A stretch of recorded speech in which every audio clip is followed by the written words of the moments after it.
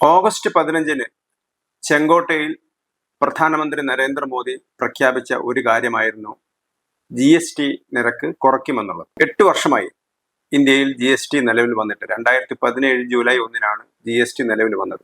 ആഗോളതലത്തിലെ സാഹചര്യങ്ങൾ കൂടി കണക്കിലെടുത്താണ് GST നിരക്ക് കുറച്ചത്. പക്ഷേ ഇതൊന്നും കേൾക്കാതെ കേരളത്തിലെ ധനമന്ത്രി GST നിരക്ക് കുറച്ചതിനെതിരായിട്ടുള്ള വലിയ വാദമുഖങ്ങൾ ഉയർത്തുകയാണ്. കേരളത്തിന് കോടിക്കണക്കിന് രൂപയുടെ നഷ്ടം വരും, അതുകൊണ്ട് ഞങ്ങൾക്ക് നഷ്ടപരിഹാരം തരണം എന്നൊക്കെയാണ് അദ്ദേഹം പറയുന്നത്. കേരളത്തിലെ ചില വാർത്താ മാധ്യമങ്ങൾ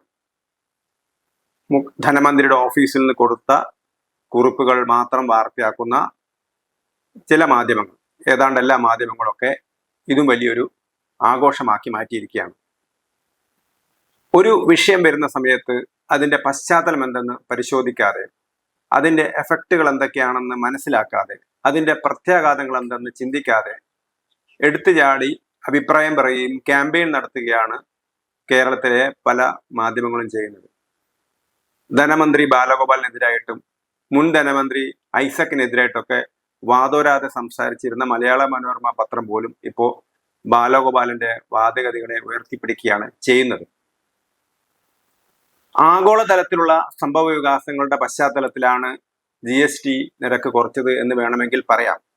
കാരണം ഇന്ത്യക്ക് 25% നിരക്ക് വർധനവാണ്, താരിഫ് വർധനവാണ് അമേരിക്ക ഏർപ്പെടുത്തിയിരിക്കുന്നത്. ആദ്യഘട്ടത്തിൽ അത് 25% ഉയർത്തി. പിന്നീട് റഷ്യയിൽ നിന്ന് നാം ഓയിൽ വാങ്ങുന്നു എന്നതിന്റെ പേരിൽ 50% ഉയർത്തി. ഇതിന്റെ പ്രത്യാഘാതം എന്താകും എന്നുള്ളതിനെ കുറിച്ചുള്ള വിശദമായ ചർച്ചകൾ നടന്നു വരികയാണ്. കാരണം നമ്മുടെ കർഷകരുടെ അല്ലെങ്കിൽ നമ്മുടെ ഉൽപാദകരുടെ ഉൽപ്പന്നങ്ങളും അതേപോലെ തന്നെ അന്താരാഷ്ട്ര കമ്പനികളുടെ ഉൽപ്പന്നങ്ങളും, ഇന്ത്യയിൽ ഉൽപാദനം നടത്തുന്ന കമ്പനികളുടെ ഉൽപ്പന്നങ്ങളും അമേരിക്കയിലേക്ക് കയറ്റുമതി ചെയ്യുന്നുണ്ട്. ഈ വസ്തുക്കളൊക്കെ വാങ്ങുന്നത് അമേരിക്കയിലെ കൺസ്യൂമേഴ്സ് ആണ്, ഉപഭോക്താക്കളാണ്. അപ്പം അതിന്റെ താരിഫ് കൂടുന്ന സമയത്ത് അതിന്റെ വില കൂടും. സ്വാഭാവികമായും മറ്റ് കോമ്പറ്റീറ്റേഴ്സുമായി, മറ്റ് രാജ്യങ്ങളുടെ ഉൽപ്പന്നങ്ങളുമായിട്ട് മത്സരിക്കുന്നതിൽ ചിലപ്പോൾ നമുക്ക് ക്ഷീണമുണ്ടാവും. അത് രണ്ട് രീതിയിൽ ബാധിക്കാം. ഒന്ന്, ഈ കമ്പനികളുടെ ഉൽപ്പന്നങ്ങൾ തന്നെ വേണം, അല്ലെങ്കിൽ ഇന്ത്യൻ ഉൽപ്പന്നങ്ങൾ തന്നെ വേണം എന്ന് ഉദ്ദേശിക്കുന്ന ആളുകൾക്ക് അവർക്ക് കൂടുതൽ വില കൊടുത്ത് ഇന്ത്യൻ ഉൽപ്പന്നങ്ങൾ വാങ്ങേണ്ടി വരും. അതല്ലെങ്കിൽ അവർ ഇന്ത്യൻ ഉൽപ്പന്നങ്ങൾ ഉപേക്ഷിച്ച് മറ്റ് രാജ്യങ്ങളുടെ ഉൽപ്പന്നങ്ങളിലേക്ക് പോകും. ഈ സമയത്ത് ഇതിനെ കവർ ചെയ്യാൻ വേണ്ടിയിട്ടാണ് ഇന്ത്യ 40-50 രാജ്യങ്ങളിൽ നമ്മുടെ കയറ്റുമതി വർദ്ധിപ്പിക്കാനും കാര്യക്ഷമമാക്കാനും ശ്രമിക്കുന്നത്. അതേപോലെ തന്നെ ചെറുകിട ഉൽപാദകരെയൊക്കെ സഹായിക്കാനുള്ള പ്രത്യേക പാക്കേജുകൾ കൂടി കേന്ദ്ര സർക്കാർ ആലോചിച്ചു വരുന്നുണ്ട്. ഈ ഒരു പശ്ചാത്തലത്തിൽ കൂടിയാണ് GST നിരക്ക് കുറയ്ക്കാൻ തീരുമാനിച്ചത്. ഇപ്പം GSTയുടെ നിരക്ക് 5%, 12%, 18%, അതുപോലെ 28%, ഇങ്ങനെ 4 നിരക്കുകളാണുള്ളത്. ഇത് 2 നിരക്കുകളാക്കി കുറയ്ക്കാനാണ്, 5ഉം 18ഉം ആക്കി കുറയ്ക്കാനാണ് പൊതുവെ ഉണ്ടായിരിക്കുന്ന ധാരണ. ഇനി ഒരു 40% ആഡംബര വസ്തുക്കളും ലഹരി വസ്തുക്കളും ഒക്കെ ഉൾപ്പെടുന്ന 40% വർധനവും കൂടെ, അല്ലെങ്കിൽ ഒരു പുതിയൊരു സ്ലാബ് കൂടെ ആലോചിക്കുന്നുണ്ട്. അപ്പൊ നിലവിലെ 4 സ്ലാബിൽ നിന്ന് 2 സ്ലാബ് ആക്കി മാറ്റുന്നു, പുതിയൊരു 3ാമത്തെ സ്ലാബ് കൂടി കൊണ്ടുവരുന്നു എന്നുള്ളതാണ് ഇതിൻ്റെ അകത്തുള്ള കാര്യം. പക്ഷെ ഇങ്ങനെയൊരു നടപ്പിലാക്കുന്നത് മൂലം ഈ വർഷം നമ്മളിപ്പോൾ നേരത്തെ കണക്കാക്കിയിരിക്കുന്നത് ഒരു വർഷം 60,000 കോടി രൂപയുടെ നികുതി വരുമാനത്തിലുള്ള കുറവുണ്ടാകുമെന്നാണ്. പക്ഷെ ഈ വർഷത്തെ ഇത്രയധികം സമയം കഴിഞ്ഞതുകൊണ്ട് അത് ഏതാണ്ട് 45,000 കോടിയിൽ ഒതുങ്ങുമെന്നാണ് കണക്കാക്കിയിരിക്കുന്നത്. ഇവിടെ ഇങ്ങനെയൊരു പ്രശ്നം ഉണ്ടാവുന്ന സമയത്ത് എങ്ങനെ അതിനെ അതിജീവിക്കാം എന്നാണ് നാം ആലോചിക്കേണ്ടത്. കാരണം നമുക്ക് നേരത്തെ തന്നെ 15% തുക നികുതി വരുമാനത്തിന് ലഭിച്ചിരുന്നു. പക്ഷെ GST ഏർപ്പെടുത്തിയ സമയത്ത് അത് 11.5 കുറയുകയാണ് ചെയ്തത്. അത് മൊത്തത്തിലുള്ള വസ്തുക്കളുടെ കണക്ക് നോക്കുമ്പോൾ രാജ്യത്തിലെ സർക്കാരിന് ഉണ്ടാകുന്ന വരുമാനത്തെക്കുറിച്ചാണ് പറയുന്നത്. അപ്പോൾ വരുമാനത്തിൽ GST കൊണ്ടുവന്ന സമയത്ത് വരുമാനത്തിൽ കുറവുണ്ടായിട്ടുണ്ട്. പക്ഷെ ഈ വരുമാനത്തിലെ കുറവ് നമ്മൾ മറികടക്കുന്നത് GSTയിൽ ഉൾപ്പെടുത്തിയിരിക്കുന്ന അല്ലെങ്കിൽ GSTയുമായി സഹകരിക്കുന്ന ആളുകളുടെ എണ്ണം വർദ്ധിപ്പിക്കുക എന്നുള്ളതാണ്. അതായത് ടാക്സിന്റെ പരിധിയിലേക്ക് വരുന്ന ആളുകളുടെ എണ്ണം കൂട്ടുക. ടാക്സ് ഇല്ലാതെ നടക്കുന്ന ഒരുപാട് ടാക്സ് ഇല്ലാതെ നടക്കുന്ന കച്ചവടങ്ങളുണ്ട്. അതിലേക്ക് ഒഴിവാക്കുക, കൂടുതൽ പേരെ ടാക്സിലേക്ക് ഉൾപ്പെടുത്തുക, ടാക്സ് പിരിവ് കർശനമാക്കുക, അതിലുള്ള ലൂപ്പ് ഹോൾസ്, അതിലെ പിഴവുകളൊക്കെ, അതിലുള്ള ലൂപ്പ് ഹോൾസ് ഒക്കെ തടയുക എന്നുള്ളതാണ്. ഈ വക കാര്യങ്ങൾ എപ്പോഴും എപ്പോഴും ചെയ്യുമ്പോൾ അപ്പോഴൊക്കെ സർക്കാരിന് നേട്ടമുണ്ടാവുകയാണ് ചെയ്യുന്നത്. കാരണം പലപ്പോഴും ഏത് നിയമങ്ങൾ നടപ്പിലാക്കുന്ന സമയത്തും അതിന് ഒരുപാട് പഴുതുകളുണ്ടാവും. ആ പഴുതുകൾ അത് പലപ്പോഴും സർക്കാർ ഉദ്യോഗസ്ഥന്മാരുടെ കാര്യക്ഷമത കുറവുകൊണ്ടാണ് സംഭവിക്കുന്നത്. കാരണം GST നികുതി തന്നെ ഒരു സംസ്ഥാനത്തിലെ ഉൽപ്പന്നങ്ങൾ മറ്റൊരു സംസ്ഥാനത്തിലേക്ക് പോകുന്ന സമയത്ത് അവിടെ നിന്ന് തിരിച്ച് ഈ സംസ്ഥാനത്തേക്ക് നമുക്ക് നികുതി തിരിച്ചു കിട്ടുന്നുണ്ട്. കാരണം ആത്യന്തികമായിട്ട് അവസാനത്തെ ഉപഭോക്താവ് മാത്രമേ നികുതി കൊടുക്കേണ്ടതുള്ളൂ. ആ നികുതി തിരിച്ച് തൊട്ടു മുമ്പ് വാങ്ങിയ ആളുകൾക്ക് കൊടുക്കുന്നുണ്ട്. പക്ഷെ ഇങ്ങനെയുള്ള നികുതി, സംസ്ഥാനാന്തര നികുതിയിലെ കൃത്യമായ കണക്കുകൾ കൊടുക്കാത്തത് കൊണ്ടാണ് പലപ്പോഴും നമുക്ക് ഇന്റർസ്റ്റേറ്റ് GST നമുക്ക് നഷ്ടപ്പെട്ടത്. ഇത് കേരളത്തിലെ ഉദ്യോഗസ്ഥന്മാരുടെ കാര്യക്ഷമത കുറവ് കൊണ്ടായിരുന്നു. അത് പരിഹരിക്കാൻ നമ്മുടെ സംസ്ഥാന സർക്കാരിന് കഴിഞ്ഞില്ല. ഇപ്പൊ GSTയെ നികുതി കുറച്ചതിനെ എതിർക്കുന്ന ആളുകൾ, കാരണം അവർ ജനങ്ങളുടെ ഭാഗത്തു നിന്ന് നോക്കുമ്പോൾ അവർ നികുതി കുറച്ചതിനെ അനുകൂലിക്കുകയാണ് വേണ്ടത്. പക്ഷെ അവരിപ്പോ സർക്കാരാണ്, ഞങ്ങൾ ഭരണാധികാരത്തിൽ ഇരിക്കുന്ന ആളുകളാണ്, ഞങ്ങൾക്ക് പൈസ കിട്ടുന്നില്ല എന്നാണ് ബാലഗോപാൽ പറയുന്നത്.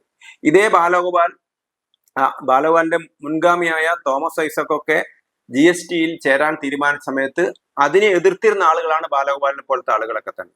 അപ്പം നമ്മുടെ രാജ്യത്ത് നാട്ടിന് അനുഗുണമായ രീതിയിൽ, കാലഘട്ടത്തിന് അനുഗുണമായ രീതിയിലുള്ള പരിഷ്കാരങ്ങൾ വരുന്ന സമയത്ത് അത് പോയേ ഇത് പോയേ എന്ന് വിലപിക്കുന്നതിന് പകരം അതിലെ പിഴവുകൾ കണ്ടെത്തി അത് തിരുത്താനാണ് ആര് ശ്രമിക്കേണ്ടത്? ബാലഗോപാലിനെ പോലത്തെ ആളുകൾ ശ്രമിക്കേണ്ടത്. അതിനു പകരം ബാലഗോപാലും കേരളത്തിലെ കുറച്ച് മാധ്യമ പ്രവർത്തകരും ചേർന്നുകൊണ്ട് വലിയ ബഹളമുണ്ടാക്കാനാണ് അവർ ശ്രമിക്കുന്നത്. ഇപ്പം നമുക്കറിയാം, കേരളത്തെ സംബന്ധിച്ചിടത്തോളം ഇപ്പൊ ചെറിയ നഷ്ടമുണ്ടാവുന്ന ഉറപ്പാണ്. പക്ഷെ കേരളത്തെക്കാൾ കൂടുതൽ നഷ്ടമുണ്ടാവുന്ന സംസ്ഥാനങ്ങളുണ്ട്. കാരണം മഹാരാഷ്ട്ര, കർണാടകം തുടങ്ങിയ സംസ്ഥാനങ്ങളിലെ ആളുകളാണ് കൂടുതൽ ഇലക്ട്രോണിക് ഉൽപ്പന്നങ്ങളും മറ്റ് അപ്ലയൻസസ് ഒക്കെ വാങ്ങുന്നത്. അതേ സമയത്ത് ബീഹാർ, ഉത്തർപ്രദേശ് തുടങ്ങിയ സംസ്ഥാനങ്ങളിലൊക്കെ തന്നെ കാർഷിക പ്രവൃത്തിയുമായി ബന്ധപ്പെട്ട ഉൽപ്പന്നങ്ങളാണ് അവർ കൂടുതൽ വാങ്ങുന്നത്. അവർക്ക് നേരത്തെ തന്നെ അതിനൊന്നും നികുതി ഇല്ലാത്തത് കൊണ്ട് ഈ നികുതി കുറവ് അവരുടെ സംസ്ഥാനത്തിന്റെ നികുതിയെ കാര്യമായിട്ട് ബാധിക്കുന്നില്ല.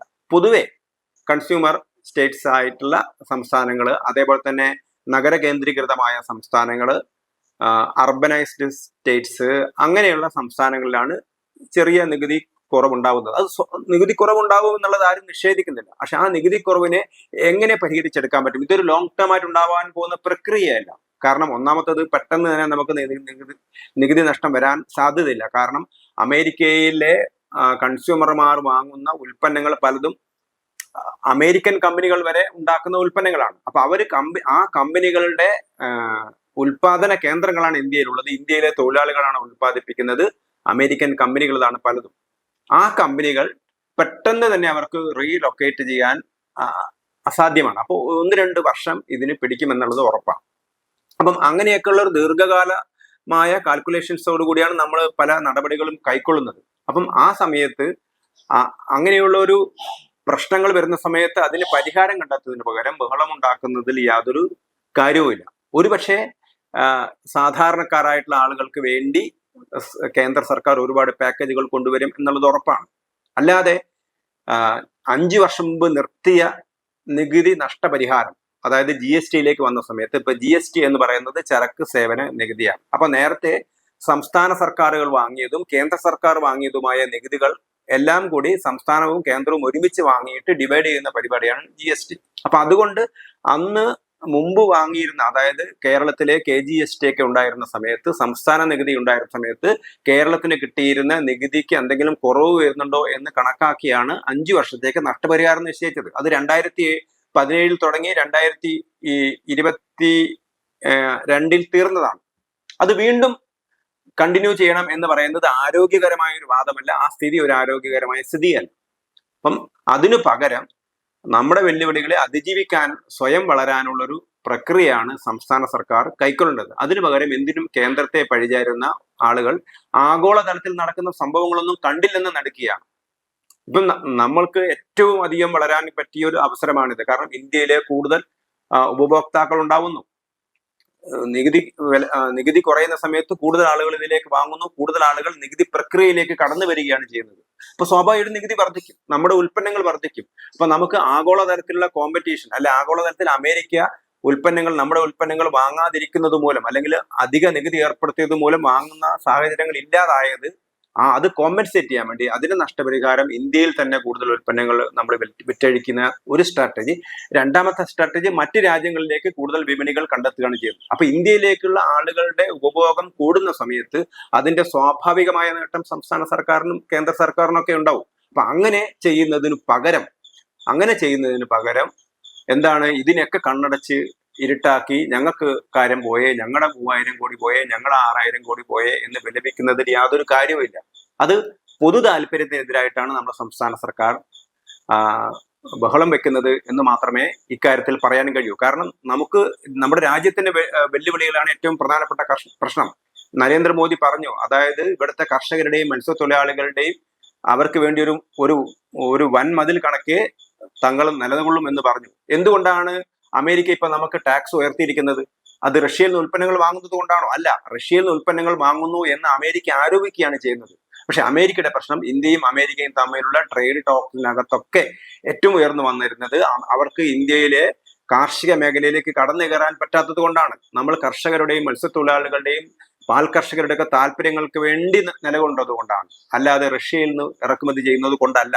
ഈ ചർച്ച പരാജയപ്പെട്ടത് നമ്മൾ കർഷകരുടെ താല്പര്യങ്ങൾ സംരക്ഷിക്കുമെന്നുള്ളത് കൊണ്ടാണ്. അപ്പം നമ്മുടെ രാജ്യത്തെ കർഷകരുടെ താല്പര്യങ്ങൾ സംരക്ഷിക്കാൻ നമ്മൾ നിലപാടെടുത്ത സമയത്ത് ആഗോളതലത്തിൽ അമേരിക്കയെ പോലത്തെ ആളുകൾ അതിനെ എതിർക്കുകയാണ് ചെയ്യുന്നത്. അപ്പം ആ എതിർക്കുന്ന സമയത്ത് അതിനെ അതിജീവിക്കാനുള്ള സ്ട്രാറ്റജികളിൽ ഒന്നാണ് GST നിരക്ക് കുറയ്ക്കുന്നത്. ആ സമയത്ത് സർക്കാരിനോടൊപ്പം നിൽക്കേണ്ടതിന് പകരം ഞങ്ങൾക്ക് പണം കുറഞ്ഞേ എന്ന് പറയുകയല്ല കേരളത്തിലെ ബാലഗോപാലനും കൂട്ടരും ചെയ്യേണ്ടത്. പകരം കേരളത്തിലെ ധനാഗമ മാർഗങ്ങൾ വർദ്ധിപ്പിക്കുകയും ടൂറിസം പോലെയുള്ള കാര്യങ്ങൾക്ക് കൂടുതൽ പ്രാമുഖ്യം നൽകുകയും അതേപോലെ തന്നെ നികുതി പിരിക്കാൻ പറ്റാത്ത സ്ഥലങ്ങളിലൊക്കെ നികുതി പിരിക്കുകയും നികുതി പിരിവിലെ വീഴ്ചകൾ പരിഹരിക്കുകയാണ് ചെയ്യേണ്ടത്.